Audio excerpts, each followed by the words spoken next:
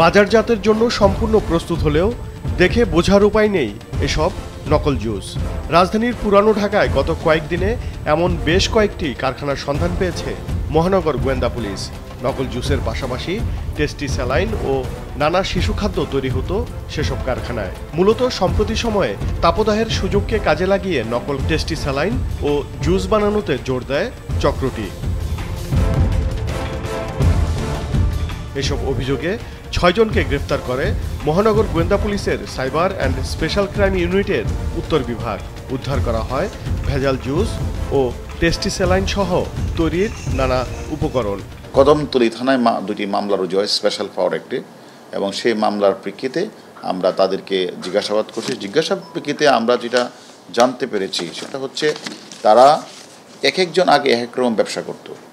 আনোয়ার হোসেন এক সময় স্টিলের ব্যবসা করত, সে দেখুন ওই ব্যবসা তার লাভ হচ্ছে না। তারপরে এখানে আরেকজন আছে, সে বিক্রি করতো, হানিফ মিয়া আগে বিক্রি করতো সনপাপড়ি, সে এখন মানে নকল টেস্ট স্যালাইন কারখানার মালিক হয়ে গেলেন। আসলে এরা যে কাজটি করেন, আসামিরা কদমতলী থানার সিরাজ চেয়ালের বাসা বাড়াতে তারা কারখানার শিশু খাদ্য, বেজাল কোমল পানীয় দ্রব্য, ডিঙ্গলি উৎপাদন করে, এবং এটার মূল হলো আনোয়ার হোসেন। তিনি শিশু খাদ্যের কারখানার মালিক। পূর্বে পেশা ছিল ইলেকট্রিক ব্যবসা, এখন সে এই ব্যবসাটা করে, কিন্তু তার কোনো বিএসটির অনুমোদন নাই, কোনো এক্সপায়ার ডেট তো নাই, এবং সে নিজের ইচ্ছা মতো এগুলি মানে 25 থেকে 40% কমিশন দিয়ে ড্রিঙ্ক ও ফুটু ম্যাঙ্গো ইত্যাদি দিয়ে সে দেশের বিভিন্ন স্থানে ফেসবুকে বিজ্ঞাপন দিয়ে সেগুলি বিক্রি করতো। বেজাল শিশু খাদ্যে নামে নামে ব্র্যান্ডের মুরগে স্যাকারিন, পানি, আর্টিফিশিয়াল ফ্লেভার, মানহীন কেমিক্যাল দিয়ে অস্বাস্থ্যের বসে বেজাল কোমলীয় পানীয়গুলিতে তৈরি করে আসছে, এবং তার সাথে সহায়তা করেছে শাহনেওয়াজ এবং মোর্শেদ। তারা হলো বিক্রয় কর্মী, তারা ডিস্ট্রিবিউটার।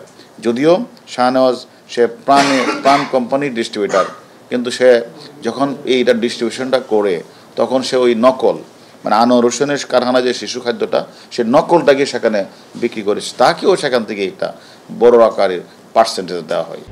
গোয়েন্দা পুলিশ জানায়, অস্বাস্থ্যকর পরিবেশে পানি, চিনি ও বিট লবণ দিয়ে টেস্টি স্যালাইন আর নানা কেমিক্যালে তৈরি হচ্ছে শিশু খাদ্য। পরে নামি দামি ব্র্যান্ডের মোড়ক দিয়ে বাজারজাত করা হতো সেসব। এই যে অনুমোদনহীন এই কেমিক্যাল দিয়ে জব্দকৃত মেশিনে ব্যবহার করে ড্রিঙ্ক, লিচি, আর্টিফিশিয়াল ফ্লেভার ড্রিঙ্ক এগুলি তৈরি করে, একদিকে আমি মনে করি যে মানুষকে একদিকে মানুষ তো অসুস্থ হচ্ছে, কারণ আমরা জানি এই স্যালাইনগুলি বা বাচ্চা শিশুরা যে খাবারগুলি খায়, এগুলি আসলে আমরা পানি শূন্যতা হলে অথবা আমাদের প্রচণ্ড তাপদাহে যখন এগুলি ডায়রিয়া হয়, শরীর থেকে ইলেকট্রোলাইট বের হয়ে যায়, তার ঘাটতি পূরণের জন্য এগুলি খাওয়া হয়। কিন্তু দেখা গেলো এগুলিতে ইলেকট্রিক্যালের জন্য ঘাটতি ইমব্যালেন্স হয়ে যায়। ইমব্যালেন্স হয়ে গেলে কিন্তু তখন তার শরীরে বিভিন্ন অঙ্গবতে বিভিন্ন রোগও দেখা দেয়। তো সে কারণে আমরা মনে করি অনেক সময় brain damage, kidney, heart damage এগুলো হয়ে যায় এরকম কারণে। এবং তারা কিন্তু আমাদের কাছে স্বীকার করেছে যে তারা যে এইগুলি তারা যে অনুমোদন নেই, তারা যে নিজেরাই কারখানা বানিয়ে এগুলি বানাচ্ছে, এগুলি তারা কিন্তু আমাদের কাছে স্বীকার করেছে।